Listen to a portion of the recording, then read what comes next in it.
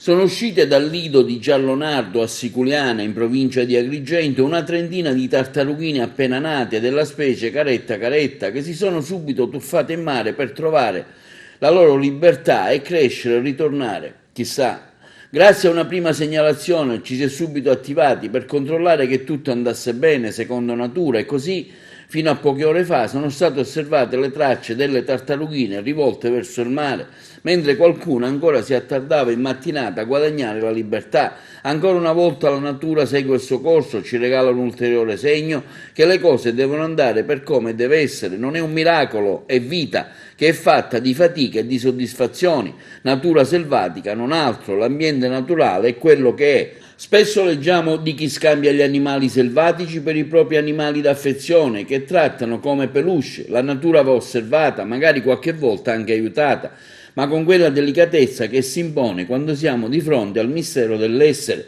Ogni altra forzatura è frutto di pensieri legati più alla vita degli uomini che non agli animali selvatici che hanno il diritto di essere lasciati liberi. Un doveroso ringraziamento va al personale della riserva di Torre Salsa che al bisogno veste sempre gli abiti del volontariato, alla guardia costiera, alla custode di terra e di mare, alla ripartizione faunistico-venatoria che non smette mai di incoraggiare l'operato del WWF. Intanto, durante il mese di settembre, diversi punti che hanno interessato la nostra provincia, che ha visto la nascita di centinaia di tartarughine.